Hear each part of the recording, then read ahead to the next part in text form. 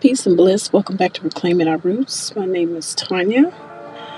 Um, if you've been gardening with me for a while, you know that I'm always about learning, growing, and experimenting in my garden and making the necessary adjustments as I go. So in this garden season, as we head into our new growing season, I will be making some changes in my garden, specifically when it comes to fertilizers. Fertilizers that I would no longer be using in my container garden. And I want to preface this by saying there isn't a right or wrong way to gardening. It's all about what works best for you in your garden, as it relates to me specifically, what works best for me in my container garden. And what's important to me is my soil health, the foundation in my containers. And that is a huge part of my long-term goals for my garden. Over the years, I've used a mix of fertilizers, and while many of them did produce results, but I did start to notice some things that made me kind of pause. In my container specifically, everything that I put in my container, it stays in there. It stays in the soil. There's no natural ecosystem, if you will, that will buffer the mistakes. Say if you're growing in the ground, for instance. So moving forward, I will no longer be using granular fertilizers to the likes of blood meal, bone meal, plant tone in my garden.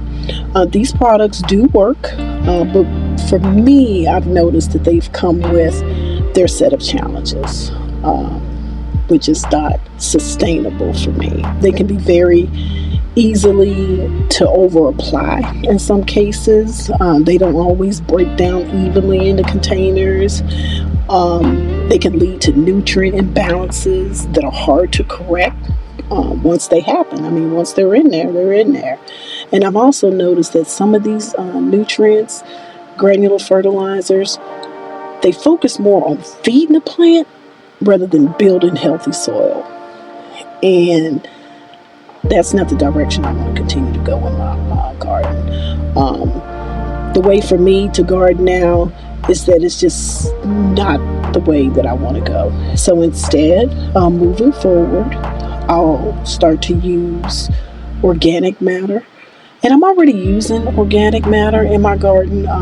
Things like fish emulsion, the aged cow manure, the worm casting. What I will be adding into the garden this year would be leaf compost. I've used it in the past, but I will be incorporating it back into my amendments that I use in my containers. This organic matter, it feeds the soil first, which then feeds the plants. And that's just the natural ecosystem in gardening. It's a symbiotic relationship, and if you have a solid foundation, everything else will fall into place.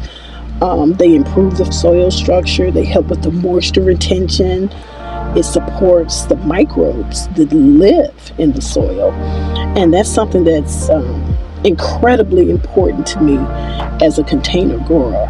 In container gardening, it's more of a slower process, yes, but I find that, and I believe it would be more of a balanced approach. So I'm curious to see how the plants will respond, and I suspect I'll have healthier growth, stronger roots, which is very important, and a better resilience going forward. When you're gardening in containers, your soil is your entire ecosystem, right? So what you put in it, specifically for container gardening, it stays there. And everything you add should be intentional. And for me, organic matter gives me more of a forgiveness, if you will. It gives me more stability and a better long-term results, I believe. So that's the direction that I'm going in my garden. I will continue to use it. You'll see on the screen the Golden Bloom, which is a liquid phosphorus. Yes, it's a liquid phosphorus. That's what your plant starts to put on bloom. That tells you that it is in position to start to produce fruit, I'll continue to have that in my garden. But I'll go more in depth in the next video, sharing with you all the organic matters or the organic inputs that I'll be using and continue to use in my garden, but in detail specifically to what their uses are, some of the benefits, how to apply them, and things like that. So yeah, so I just want to pop in and share that with you all to kind of set the stage and set the tone in the direction that I'll be going in 2026. And who's to say? This may change.